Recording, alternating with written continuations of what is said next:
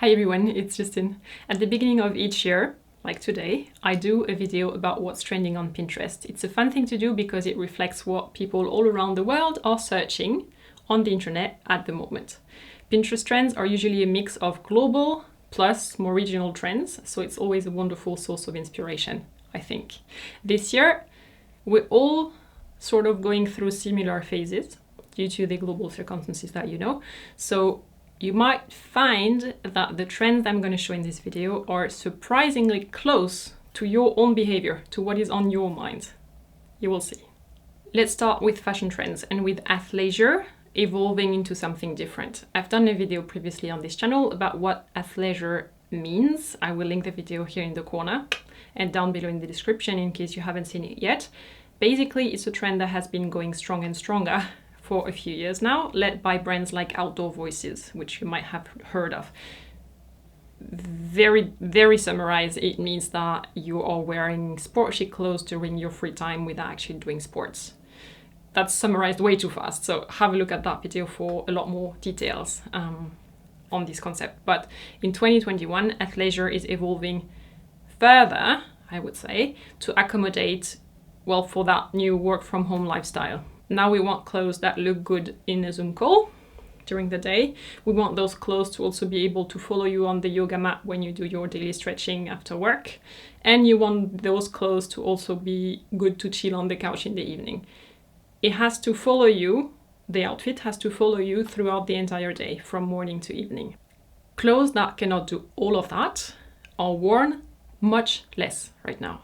And so the words people look for on Pinterest are house dress for women, oversized outfit, soft outfits, cotton jumpsuits. You get the idea, right? It's about creating coziness. I'm sure many of you can relate.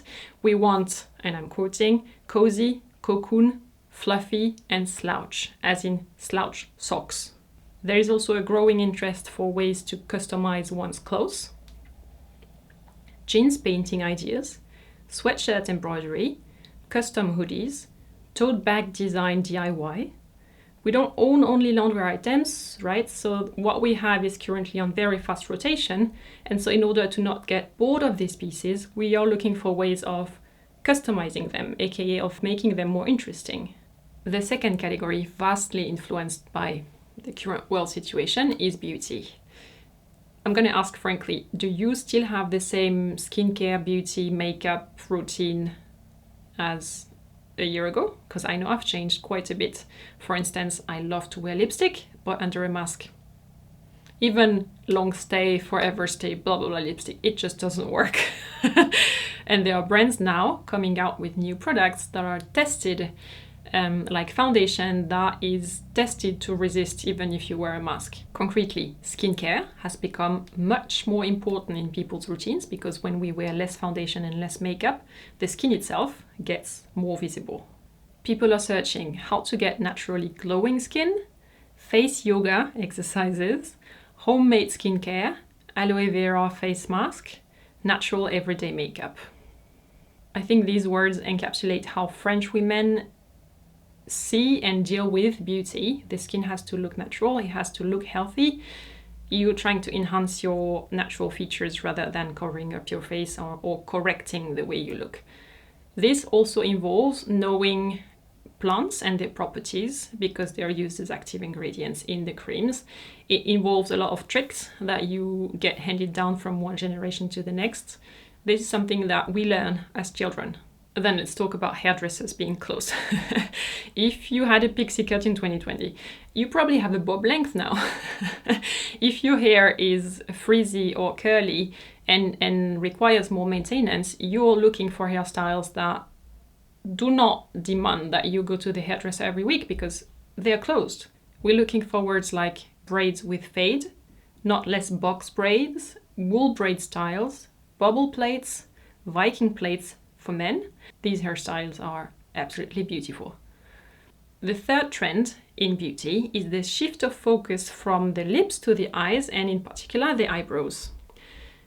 There are artists like this one here who used the lockdown and the fact that they didn't have to go anywhere to experiment on their eyebrows. So the standard brown, perfect, thick eyebrow a la Cara Delevingne is by far not the only possible option anymore. Goth eyebrows, above eyebrow tattoo, ombre powder brows, bleached eyebrows, colorful eyebrows. Plenty of choices here. Next, in times of uncertainty, what also becomes more and more important is well-being and self-care. This is nothing new, but we really feel that trend at the moment. What is usually associated with relaxation and time off? Going to a spa, having a bath, right? Well, right now, it seems that people are trying to do that and to add a sort of spiritual dimension into the ritual of taking a bath so that they feed the mind and the body at the same time, if that makes sense. People are looking for spiritual cleansing bath, full moon bath ritual, bath tea recipe, bath in bedroom, freestanding, very specific, deep soaking tub. This really echoes last summer's trend when Google searches for buying a pool online skyrocketed because people had to cancel their holidays, right? So shopping for luxurious bathtubs and related things seems to be the winter version. Another consequence of the lockdown, which I personally really felt, was that I had trouble sleeping because I wasn't getting enough exercise, not enough input, not enough inspiration, and so my brain started to keep spinning even during the night. On Pinterest, we see a search for solutions. Night affirmation sleep, sleep blends for diffuser, before sleep workout, silk sleepwear, sleep yoga, blue LED lights for the bedroom. Blue light is recommended before you go to bed as opposed to light from screens or from the TV, which is exciting and prevents your brain from winding down. I know that exactly because I've researched the topic extensively. Add to these words things like meditation, conscious meditation, active meditation, lying meditation, breathing techniques, apps like Calm, Headspace. You get the entire bandwidth of possible techniques so that you can just sleep. What also helps is to look for new hobbies. Pinterest is full of ideas for knife painting for beginners, candle making for beginners, crochet basics, aesthetic embroidery, bottle painting ideas, Persian calligraphy art, Irish quilt patterns, you name it.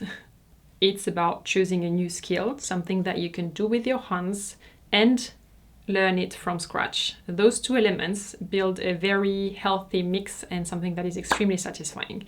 Note that Pinterest in general is a wonderful resource for everything DIY. I highly recommend it if you're looking for weekend activities while there is a blizzard out your door.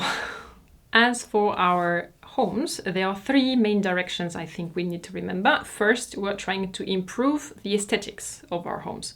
One room that suddenly became more important is the kitchen, where we spend more time when restaurants are closed. Copper cookware looks good on our shelves. Colored glassware, clay plates, look good on our tables. When I hear of colored glasses, I always have to think of Pablo Neruda, the Chilean poet, who reportedly only owned colored glasses because he said, quote, "It makes wine more interesting and water less boring." Second, working on our peace of mind also involves bringing a more peaceful feeling to our spaces. Through tidying up, leaning towards Japanese Scandinavian design with searches like wooden bed design, modern, natural color palette, earth tones, minimalist bathroom design, Japandi, which is the contraction of Japanese and Scandinavian. Third, since we have to work, live, eat, and do everything in one space, we want to at least try to separate all that as much as possible. We're looking for cloffice ideas. That's when you build a mini office in your closet. Home library design, bookshelf room divider, modern mudroom, and many more.